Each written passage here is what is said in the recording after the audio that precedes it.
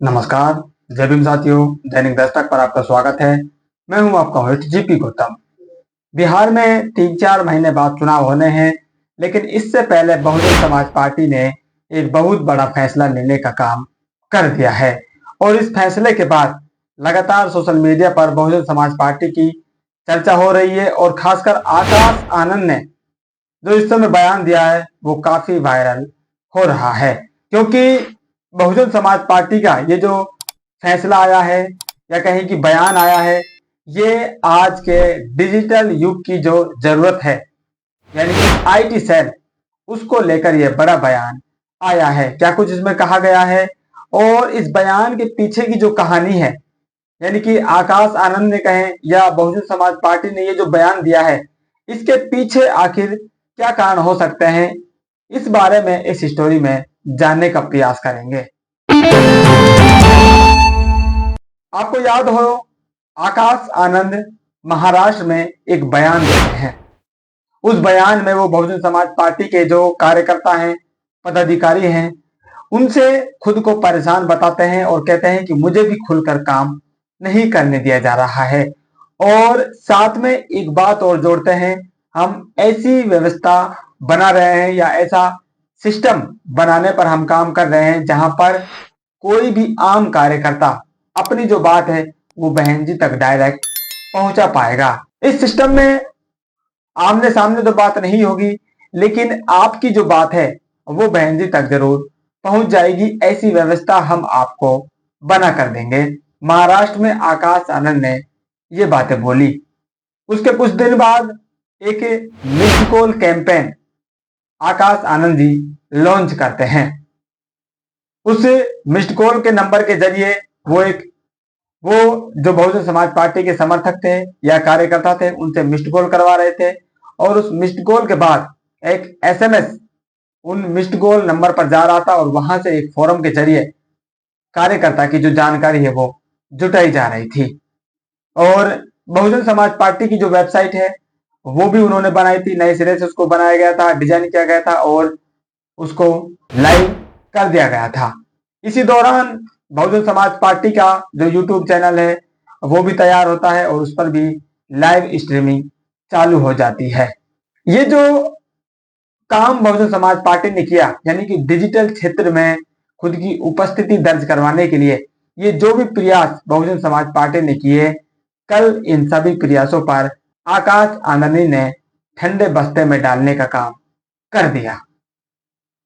क्योंकि ये काम तो बहुजन समाज पार्टी कर रही थी, लेकिन जैसे ही उनकी पार्टी से निष्कासन होता है और उनके पारिवारिक मामले सार्वजनिक होते हैं और बहन जी खुद खुलकर प्रेस नोट के जरिए आकाश आनंद के बारे में जो आरोप वो लगाती हैं, पारिवारिक जो कलह उनकी चल रही थी उसको सार्वजनिक वो लेकर आती है, उससे ऐसा लग रहा है कि वो जो प्रयास डिजिटल उपस्थित होने के लिए किए गए, वो सारे प्रयास आकाश आनंद के प्रयास थे, ना कि बहुजन समाज पार्टी के।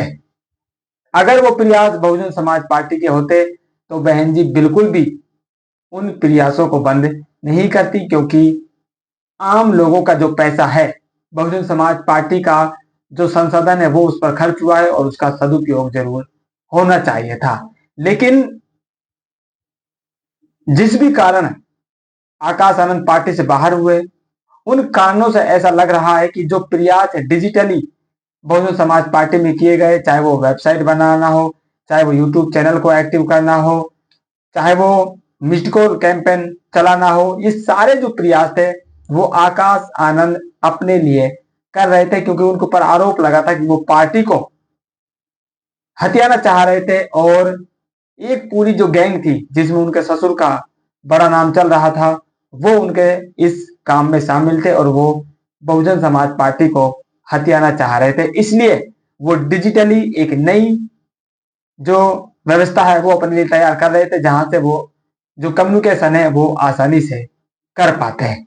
लेकिन दिल्ली में एक बैठक होती है, इस दिल्ली में साफ मना कर दिया जाता है, आईटी शेयर और डिजिटली जो भी काम काज चल रहे हैं वो सब ठप रहेंगे। आपको जमीन पर काम करना है, कैडर को तैयार करना है, बूथ स्तर को तैयार करना है और आम कार्यकर्ता तक आपको खुद चलकर जाना है। आपको सोशल मीडिया के जरिए किसी भी कार्यकर्ता से बात नहीं करनी है। ये जो सारे प्रयास थे ये बंद हो जाते हैं और आकाश आनंद का जो कल का बयान है वो इस पर मोहर लगा देता है, क्योंकि उनके नाम से कुछ सोशल मीडिया हैंडल्स भी इस समय चल रहे हैं और वो आकाश आनंद के बारे में और बहुजन समाज पार्टी के बारे में ना जाने क्या क्या भविष्यवाणी करते रहते हैं, जिससे पार्टी की कहीं ना कहीं जो छवि है वो ही खराब होती है। इसलिए आकाश आनंद ने साफ कहा है कि ऐसे पैरोडी यानी कि जो नकली अकाउंट्स हैं उनसे आप दूर रहें, सावधान रहें। बसपा आईटी सेल के बारे में कोई भी ऐसी जो व्यवस्था है वो नहीं चल रही है और आदरणीय बहन जी ने जो व्यवस्था दी है यानी कि कैडर को मजबूत किया जाए, हम उसी पर अभी भी काम कर रहे हैं और उसी से हम संगठन को मजबूत करने का काम करेंगे। यहां पर सवाल ये आता है कि क्या इस डिजिटल युग में, इस एआई के जमाने में, इस मशीन लर्निंग के जमाने में क्या बहुजन समाज पार्टी को आईटी सेल की जरूरत नहीं है और क्या उसको अभी भी जो पुराने ढर्रे की राजनीति वो करती आ रही है उसी पर उसको कायम रहना चाहिए। ये दो बड़े सवाल इस समय उठ रहे हैं, क्योंकि बहुजन समाज पार्टी का जो अब युवा वर्ग जो समर्थक है वो सोशल मीडिया के जमाने में पैदा हुआ है। सोशल मीडिया से ही उसने बहुजन समाज पार्टी और अपने महापुरुषों को जो मिशन है उसको समझा है, जाना है, देखा है, महसूस किया है और उसी से वो अपने आप को कनेक्ट पाता है। और आकाश आनंद का ये बयान आता है, उस बयान के बाद बहुत बड़े स्तर पर गुस्से में बहुजन समाज पार्टी के समर्थक विरोध में अपनी बात दर्ज कराते हैं। अब इस सवाल की आप साथी थोड़ी सी जांच करेंगे, पड़ताल करेंगे तो आपको मालूम होगा कि जो व्यवस्थाएं बहुजन समाज पार्टी ने खुद को समय के अनुसार बदलने के लिए बनाई वो समय समय पर उसको वहां पर धोखा मिलता रहा और ऐसा लगा कि ये जो बदलाव है ये रिजल्ट के लिए नहीं बल्कि बहुजन समाज पार्टी को कैप्चर करने के लिए किए जा रहे हैं। इसलिए बहुजन समाज पार्टी की जो लीडरशिप है वो इस डिसीजन पर पहुंची है कि फिलहाल ऐसी कोई व्यवस्था नहीं बनाई जाएगी। रही नैरेटिव्स की बात, प्रोपेगेंडाज की बात, तो ये तो जो काम है ये तब भी नहीं रुकने वाला है। लगातार इस तरह की जो करतूतें हैं वो बहुजन समाज पार्टी के विरोधियों द्वारा कंटिन्यू रहेंगी। इसलिए बहुजन समाज पार्टी का जो ऑफिशियल ट्विटर हैंडल है वो आप देखते हैं कि वो इनएक्टिव सा ही रहता है, हालांकि वो बना हुआ है। बहन जी का ट्वीट आपको नजर आता है, आकाश आनंद जी कभी कभार ट्वीट कर देते हैं और कुछ जो प्रदेश अध्यक्ष हैं उनके ऑफिशियल हैंडल आप देखते हैं कि जानकारी देते हैं। बाकी कोई जो लोकल नेता है वो भी इतना एक्टिव आपको सोशल मीडिया पर नजर नहीं आता है। अभी एक फोटो और वायरल हो रही है जहां पर डॉक्टर इंदु चौधरी बूथ स्तर की कमेटी बनाने में जुटी हुई है। जो काम बहन जी ने सौंपा और जिस विचारधारा की या जिस व्यवस्था की बात आकाश आनंद ने अपने ट्वीट में करी, उस व्यवस्था को, उस विचारधारा को जमीन स्तर पर पहुंचाने के लिए बहुजन समाज पार्टी के जो शीर्ष नेतृत्व है वो जमीन पर काम कर रहे हैं और उनके जो फोटो हैं वो फोटो सोशल मीडिया पर छोड़ रहे हैं। खबर पूरे देश में पहुंच जाती है और प्रचार का जो काम है वो पूरा हो जाता है।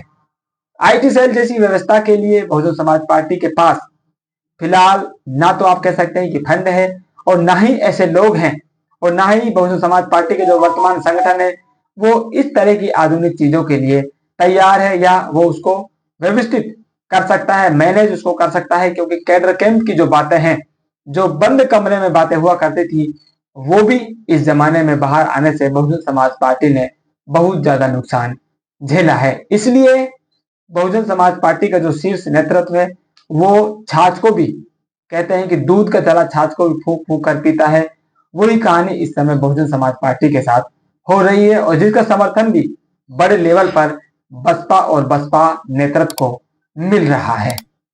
आप लोग का इस पर क्या कहना है?